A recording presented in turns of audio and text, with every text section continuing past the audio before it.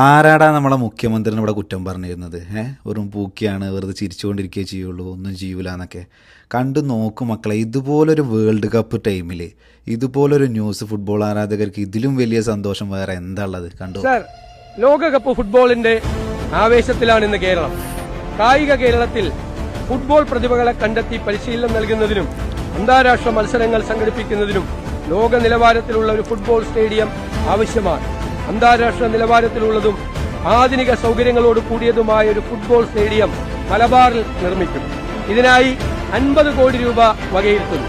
ലക്ഷക്കണക്കിന് ജനങ്ങൾ മാത്രമുള്ള ഓരോ രാജ്യങ്ങളും വേൾഡ് കപ്പിൽ വന്ന് റെക്കോർഡുകൾ സൃഷ്ടിക്കുമ്പോൾ ഇത്രയും കോടിക്കണക്കിന് ജനങ്ങളുള്ള നമ്മളുടെ രാജ്യം ഒന്നുമല്ലാതെ പോകുന്നത് എന്തുകൊണ്ടാണെന്നറിയോ?